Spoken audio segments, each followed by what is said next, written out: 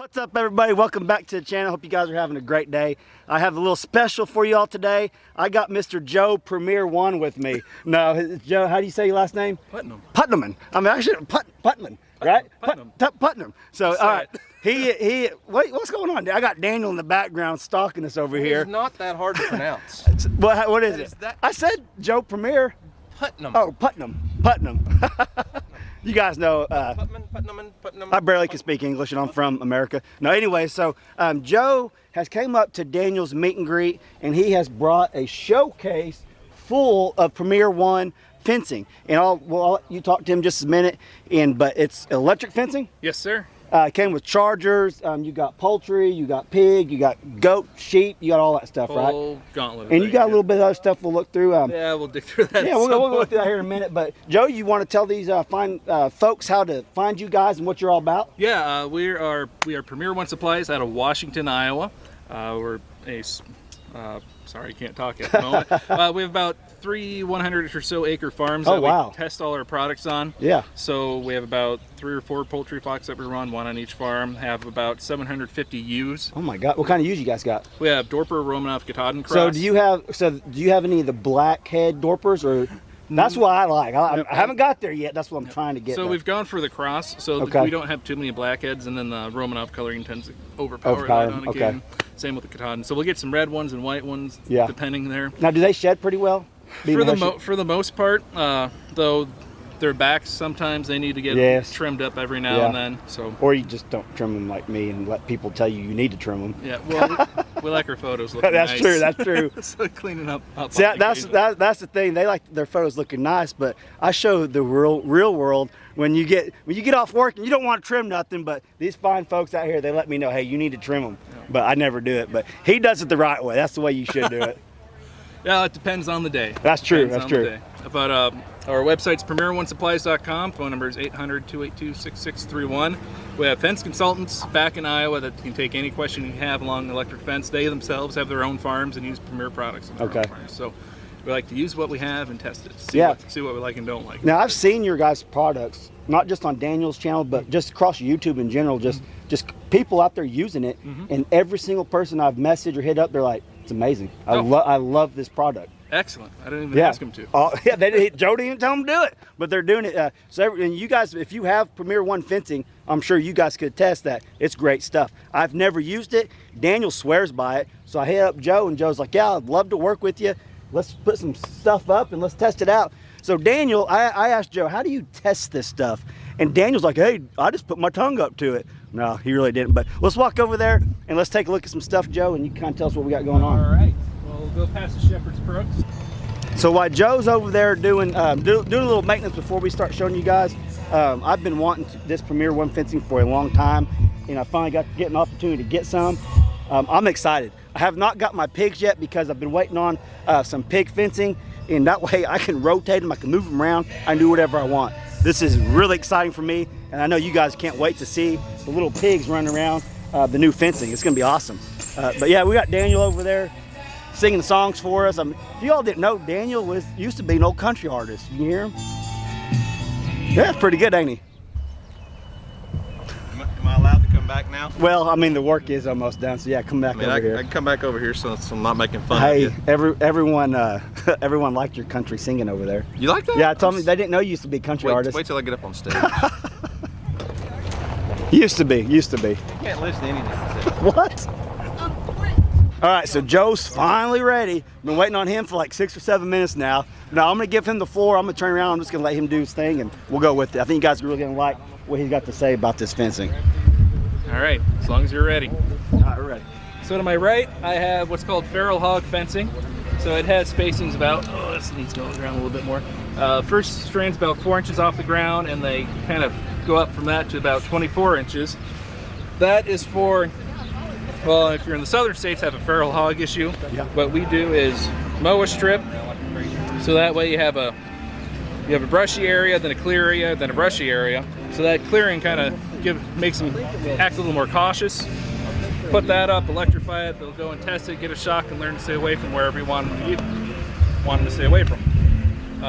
Daniel mentioned, oh, that'd be good around deer plots. Absolutely. Good idea. So there's an option Now, there. was that your idea or was that Daniel? Because I know Daniel's going to run with it and say it was his idea. Well, I ran an ad in a bow hunter magazine About that? a couple months back. So it's we'll not- know the truth.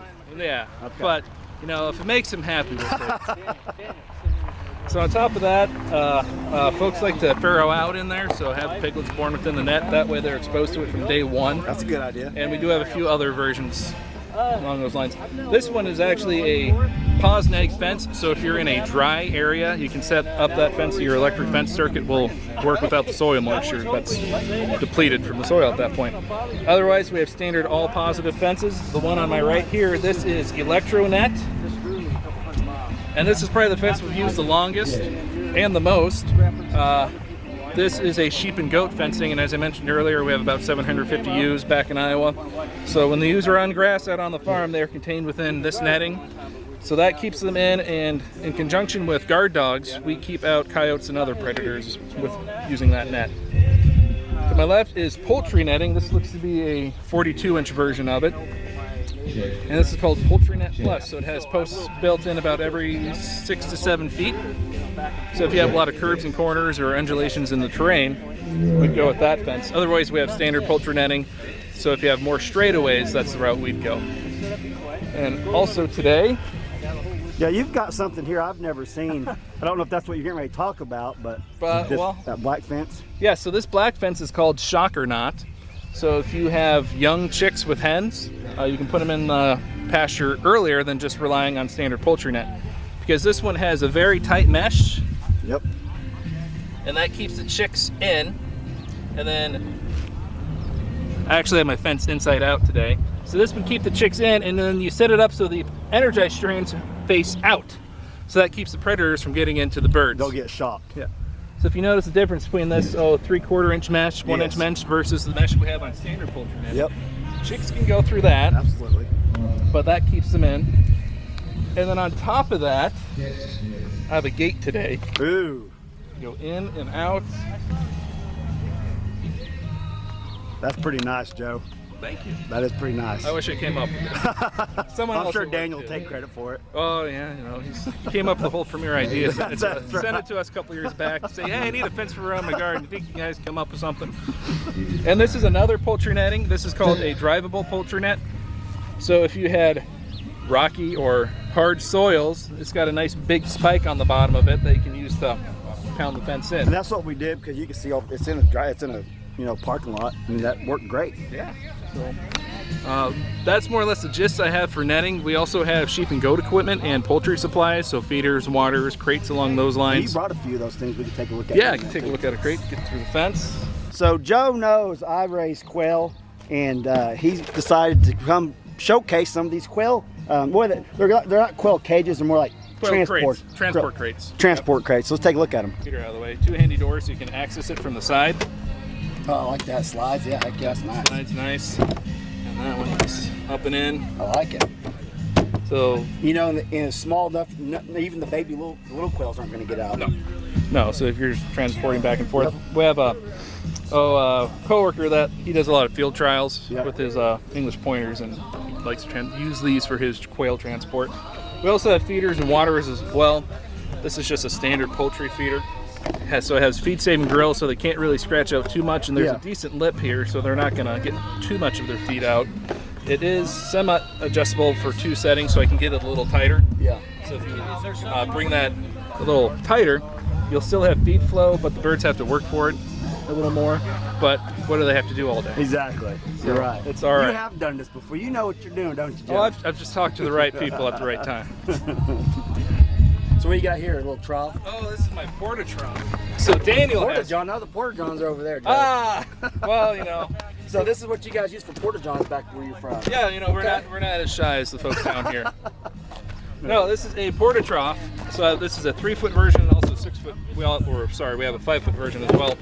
If you're feeding mineral or supplementing stock on the pasture, these are just pretty handy for dumping your salt mix into or feed. And if you're using it in the winter months, if you freeze, as it does in Iowa, you just grab that handle, flip it over, knock the bottom, knock the ice out. I think you guys pretty much thought of everything. Well, we try to. And then when I go to shows, it's pretty handy for storing catalogs, as you can see here.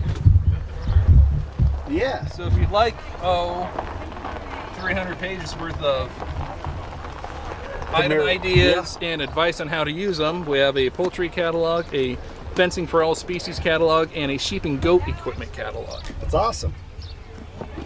Joe has come prepared, for sure. Try to. How long a drive did you have? Oh, it was about 12 hours. 12 hours? Yeah, just put a book on tape. It took you 4 days to get here? I wish. No, he drove through yesterday, stayed the night, so you can be up here this morning and showcase this Friday stuff. and Saturday came down. Missouri's beautiful this time of year. Yeah, Oklahoma's beautiful this time of year. It's green right now here in Oklahoma. So green. It's actually the best weather we've had in a long time. Yeah. So we all kind of got lucky on this meetup. Joe, is there anything else you want to tell these people before we get off here? Oh gosh, I can't think of anything, but if you have any questions, folks, just let us know and we'll answer them for you.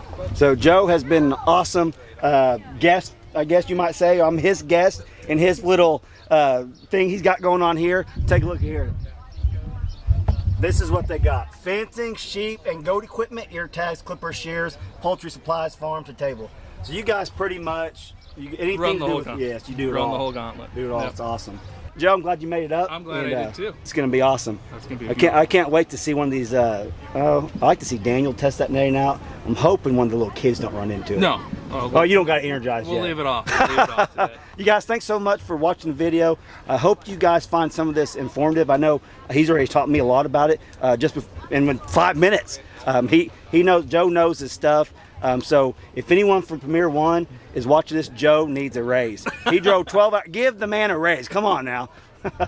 Thanks. Yeah, absolutely. Sure, that'll go over well. You guys, thanks for watching. Go check out Premier One, and we'll be doing a lot of videos on this stuff in the near future. I think you guys are really going to like it. I can get my little pigs now. Yes. I can get my little pigs. You guys know I always raise pigs. I've been waiting. I'm going to get them now. Yep. Guys, thanks a lot for watching. I'll catch you on the next video. Thanks for watching.